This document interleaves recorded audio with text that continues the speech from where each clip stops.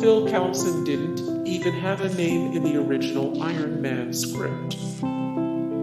Phil Coulson, unofficial Avenger, stands as one of the greatest heroes of the Marvel Cinematic Universe. He also wasn't originally intended to be much of a character at all. In the original script for Iron Man, the character of Coulson was referred to simply as Agent, and Clark Gregg almost dropped out of the film over worries his part would be greatly overshadowed. However, Gregg used his trademark charm to impress everyone on set, leading to a bigger role in Iron Man. After that, the filmmakers behind Thor requested Coulson for their film, and the rest is history. The Incredible Hulk cut an incredibly dark scene. Same as any other movies, the films of the Marvel Cinematic Universe each have a few deleted scenes available for viewing as Blu-ray bonus features. However, none of these deleted scenes get anywhere near as dark as one from The Incredible Hulk. The sequence originally intended to open the film featured Bruce Banner traveling to the far north, where he intends to commit suicide via a gunshot to the head. Before he can complete his task, Banner hulks out and crushes the gun. Later, this moment is referenced in the Avengers when Banner says, "I put a bullet in my mouth and the other guy spit it out." Wakandan is actually a real South African language, Xhosa. Chadwick Boseman, an American actor, developed a Wakandan accent for his role as the Black Panther, an accent that sounds rich, intimidating, and believable. It probably helps that he's not making the language up completely from scratch. Other fictional universes, like that of Avatar, created entire languages for their characters to speak. Instead of going down such a tedious route, Marvel Studios decided to use the real-world language of Xhosa as a stand-in for the fictional Wakandan dialect. Xhosa is an official language of South Africa, the homeland of John Canny, the actor portraying T'Chaka, though it is not widely spoken there. Captain America's list changes depending on what country it's being viewed in.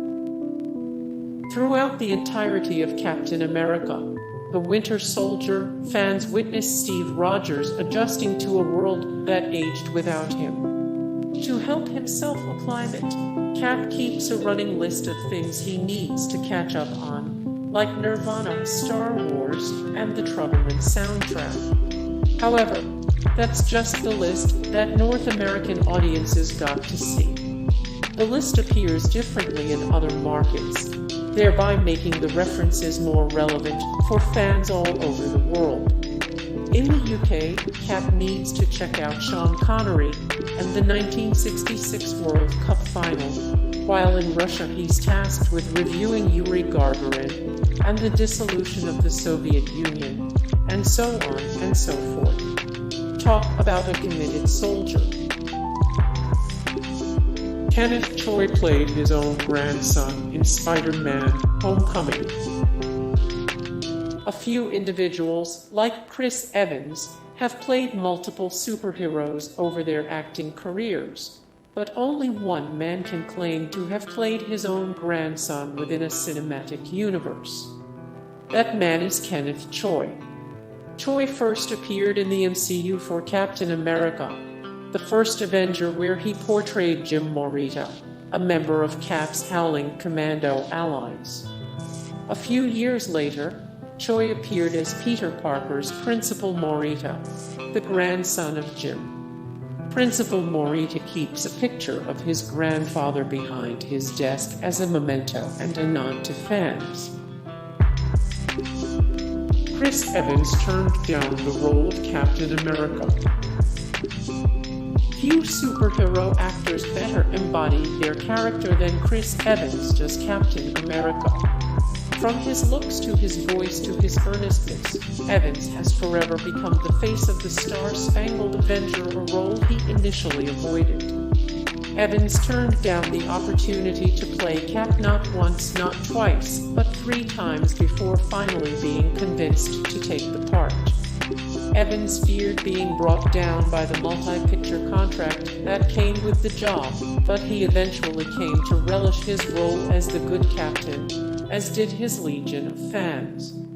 Furthermore, Evans worried about the sheer scope of the film, saying that, "I remember telling a buddy of mine, if the movie bombs, I'm F***seek. If the movie hits, I'm F***seek." 3 Marvel movies take place in the same week. After the massive success of Iron Man in 2008 set the Marvel Cinematic Universe off and running, Marvel Studios decided to follow it up with a sequel and 2 standalone films.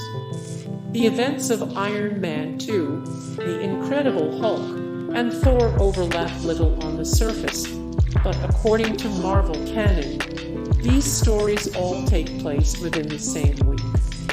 This incredibly busy week for S.H.I.E.L.D. provided the basis of an Avengers prelude comic entitled Fury's Big Week. With real-life news stories growing more outrageous by the day, it doesn't sound far-fetched to assume Earth 616 routinely deals with multiple catastrophes each week. Anthony Hopkins improvised the banishment of Thor. The MCU won a major coup by landing Sir Anthony Hopkins to portray Odin, the All-Father. Combined with the Shakespearean directing of Kenneth Branagh, Hopkins turned in a memorable and commanding performance as Thor's father, and at least some of that performance was improvised. Branagh allowed Hopkins to improvise much of the emotional banishment scene in Thor, and Hopkins' performance left his co-stars stunned. In particular, Tom Hiddleston, who was the recipient of an impromptu snarl, was rendered speechless. Hey guys, thank you so much for the support and likes and comments down below, and also thank you so much for watching, and I look forward to see you in the next video. Then take care. Bye.